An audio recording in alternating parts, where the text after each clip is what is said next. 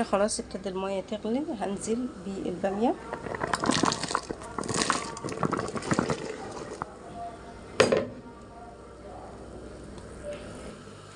شايفين هنا اللون عامل ازاي؟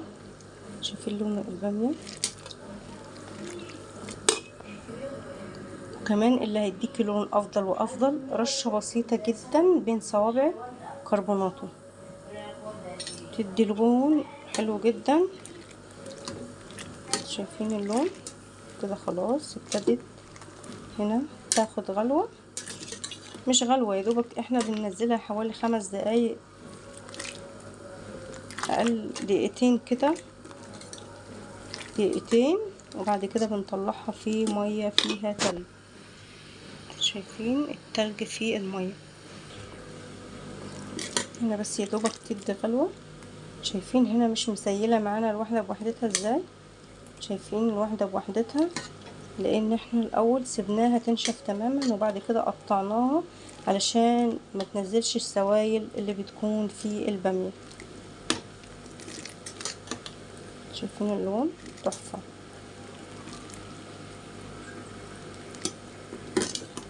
دي البامية اللي بتكون خضرة من غير نقطة حمراء، دي البامية الصعيدي اللي احنا اتربينا عليها. شايفين اللون؟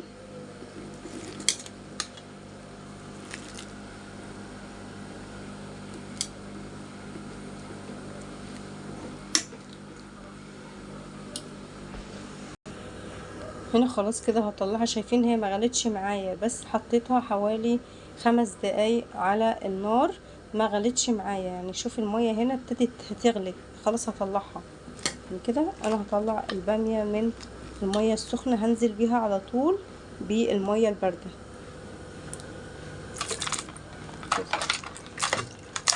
شايفين اللون؟ شايفين اللون؟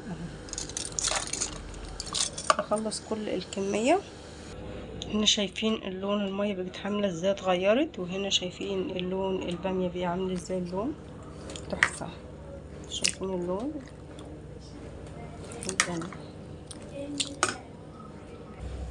هنا لون البامية شايفين عاملة ازاي، اللون حلو جدا.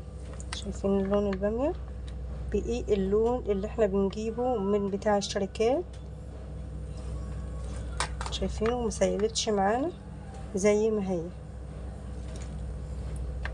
كده. خلاص هسيبها اصفيها بقى، اطلعها على مصفى، اسيبها تتصفى خالص من المية، بعد كده اخزنها. ما ينفعش اخدها كده واروح احطها في اكياس، اسيبها في مصفى. وكمان ممكن احط تحت المصفى دي قماشة علشان تنزل كل المية بتاعتها. هنا معايا المصفى تحتيها حاجة عشان المية اللي هتتصفى. سيبها بقى تتصفى براحتها خالص. طلع كل البامية كده. شايفين اللون؟ تحفة. افضل بكتير من ان انت تشيليها زي ما هي كده، دي افضل. دي بتاعت الشركات اللي بتخلي البامية تفضل للسنة زي ما هي. قلنا الاول البامية لما بتعمليها وتشيلها زي ما هي كده من غير الصدمة بتاعت المية السخنة دي، بتيجي تطلعيها بتلاقيها كده غامقة، بتغمق معاكي حتى في الطبيخ بتغمق، وتلاقيها كده مدلدة معاكي، مش زي بتاعت اللي انتي بتعمليها في المية السخنة.